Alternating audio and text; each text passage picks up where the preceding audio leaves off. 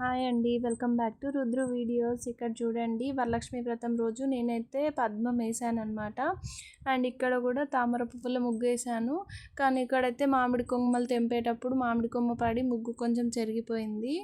ఇదైతే ముగ్గు వరకు వేసామండి. తర్వాత వంటలు, ఇదైతే పరమాన్నం కోసం డ్రై ఫ్రూట్స్ అయితే వేయించాను నెయ్యిలో.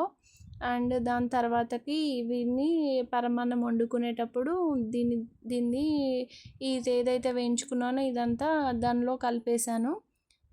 పరమాన్నం అయితే ఇలా చేసుకున్నాం.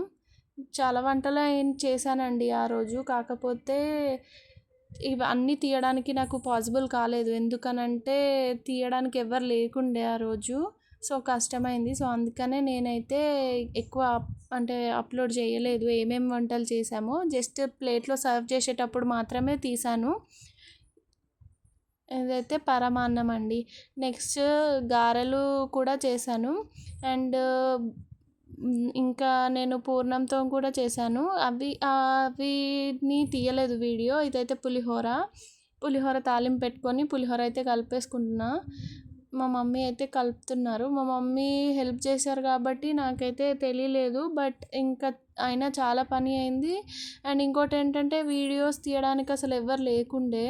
ఏదో నాకు పాసిబుల్ అయినట్టుగా తీశాను కొన్ని. ఇదైతే గోపి పువ్వు ఫ్రై కోసమని ఇలా అదేంటి చేసుకున్నాను. దాని తర్వాత చూడండి, అన్ని వంటలు రెడీ అయ్యే తర్వాత ఇక్కడ సర్వ్ చేసుకుంటున్నాను. చూడండి, ఇవైతే మక్క వడలు. ఇందులో అయితే గోధుమ పిండిలో మధ్యలో పూర్ణం పెట్టి వీటిని ఫ్రై చేసుకున్నాం. వీటిని ఏమంటారో నాకైతే తెలీదు. అండ్ పులిహోర కూడా అన్ని టేస్ట్ అసలు బాగుండే. అసలు ఏది తినాలో అర్థం కాలేదు నాకైతే. అండ్ పులిహోర తర్వాతకి సీరా కూడా చేసినాం. డాక్టర్ రవ్వ సీరా, ఉప్మా సీరా అంటారు కదా అది. అండ్ ఇక్కడైతే ఇదైతే పరమాన్నం కూడా మీకైతే చూపించిన. మిగతా అవన్నీ తీయడం నాకు అస్సలు పాసిబులే కాలేదండి. ఇదైతే సీరా డాక్టర్ రవ్వ, మీకు అనిపిస్తుంది కదా ఇదేం నిండా లావుగా ఉందని. ఇదైతే డాక్టర్ రవ్వ అండి. And white rice. Next white rice కూడా దాంట్లోకి కట్టుచారు అంటే మీకు తెలుసా? ఈ పూర్ణం శనగపప్పు ఉడకబెట్టిన వాటర్ ఉంటాయి కదా, వాటితోనే కట్టుచారని చేస్తారనమాట.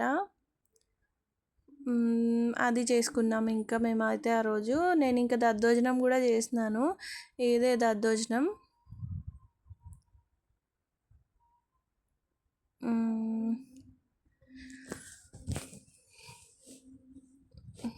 మీరు మీ ఇంట్లో ఏమేమి చేశారండి వరలక్ష్మి వ్రతం రోజు?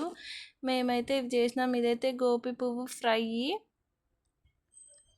అమ్మవారిని అలంకరించుకోవడానికి కూడా చాలా టైమే పట్టింది. నాకైతే పూజ అయ్యే వరకు 5 అయిందండి.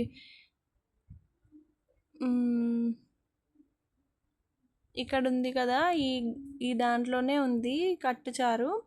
అది కూడా పోసుకొని అమ్మవారికి అయితే నైవేద్యం మొత్తం రెడీ చేసుకొని, అమ్మవారిని కూడా రెడీ చేసుకొని నైవేద్యం పెట్టిన తర్వాతకి నా పూజ అయితే కంప్లీట్ అయ్యింది. అది అయ్యేసరికి చాలా అంటే చాలా టైం పట్టింది. నాకైతే చాలా లేట్ అయింది. పొద్దున్న ఎప్పుడో స్టార్ట్ చేస్తే నైట్ అయితే అయింది. ఇక్కడైతే ఫస్ట్ మేము ఇక్కడ పూజ చేసేసుకున్నాము మార్నింగే. ఈ వీడియో తీసేసరికి నాకు ఆల్రెడీ లేట్ అయింది. ఇది మార్నింగ్ పూజ. అది తర్వాత అయితే వరలక్ష్మమ్మ వారికి ఇలా తాంబూలం అయితే ఇచ్చాను. తాంబూలం ఇచ్చి మంగళారతి పెట్టుకొని అమ్మవారిని అయితే ఇలా రెడీ చేసుకున్నాం. నేనైతే కానీ ఒక డివైన్ ఫీలింగ్ ఉందండి. ఎంత బాగా అనిపించిందంటే ఆ రోజు ఎంత ఓపిక తెచ్చుకున్నాను నేనైతే అస్సలు నిజంగా.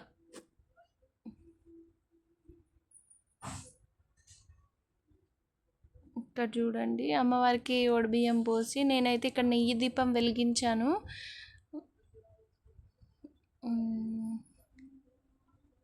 ఇంతకుముందు నేను ఎప్పుడైతే కలశం పెట్టేదాన్ని కాదండి. నేను ఈసారే కలశం పెట్టిన. అమ్మవారి విగ్రహాన్ని పెట్టి పూజించేదాన్ని. కానీ ఈసారి ఎందుకో కలశం పెట్టాలనిపించింది. సో, కలశం పెట్టాను. Thank you for watching. Please do subscribe.